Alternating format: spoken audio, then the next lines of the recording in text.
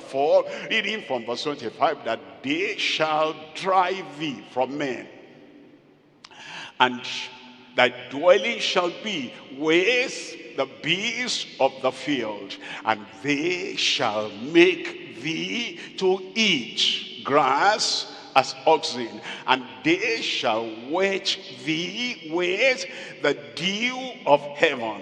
And 7 times, 7 years, 7 seasons shall pass over thee, till thou know that the Most High ruleth in the kingdom of men, and giveth to whomsoever he will.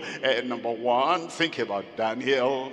Daniel in the kingdom of Babylon, talking to the king of Babylon. And he knew, Daniel knew, this is a king of kings. And then for him to come and stand before the king and say, this is another dream now, another revelation, to say, you are that king, the king, a king of kings, and you rule over this, this, and this. But you know, the revelation says you, Nebuchadnezzar, will be driven away from men. You will go to the forest, you will eat grass like animals, and your heart will be changed to that of the animal. My question is, what preachers do you know that can tell the truth to the kings of our day? What religious man do you know that will tell the truth to the people who hold the realm of power?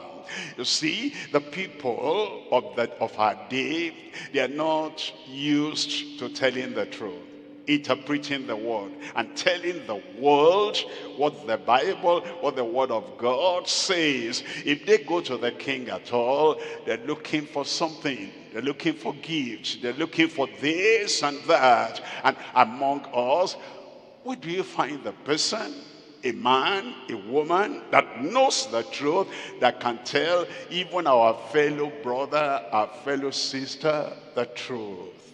Are we not a generation of people who cajole, who deceive? Are we not a generation of people who cannot stand uncompromisingly for the truth? You see, if we're going to serve God, if we're going to represent God, we must stand with our backbone.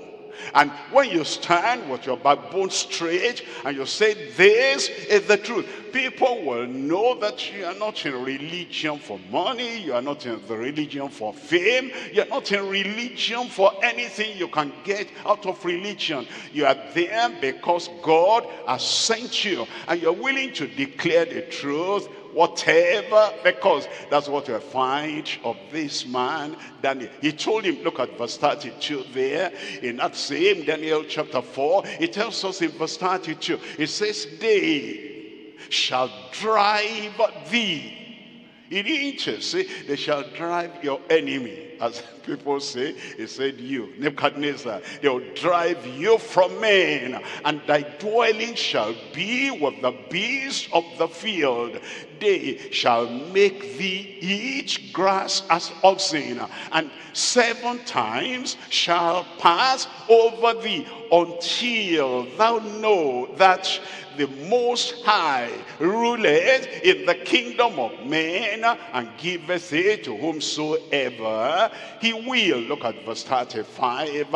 In verse 35 it says, and all the inhabitants of the earth are reputed as nothing. This Nebuchadnezzar now, when he got well, when that insanity was taken away from him, he said, now I know, now I understand that all the inhabitants of the earth are reputed as nothing, and he doeth according to his will. He says, now I know the God of heaven doeth according to his will in the army of heaven and among the inhabitants of the earth, and none can say, and none can stay his hand or say unto him, what doest thou? Verse 37. In verse 37, it tells us, and this Nebuchadnezzar still talking, now I, Nebuchadnezzar, praise and extol and honor the King of heaven,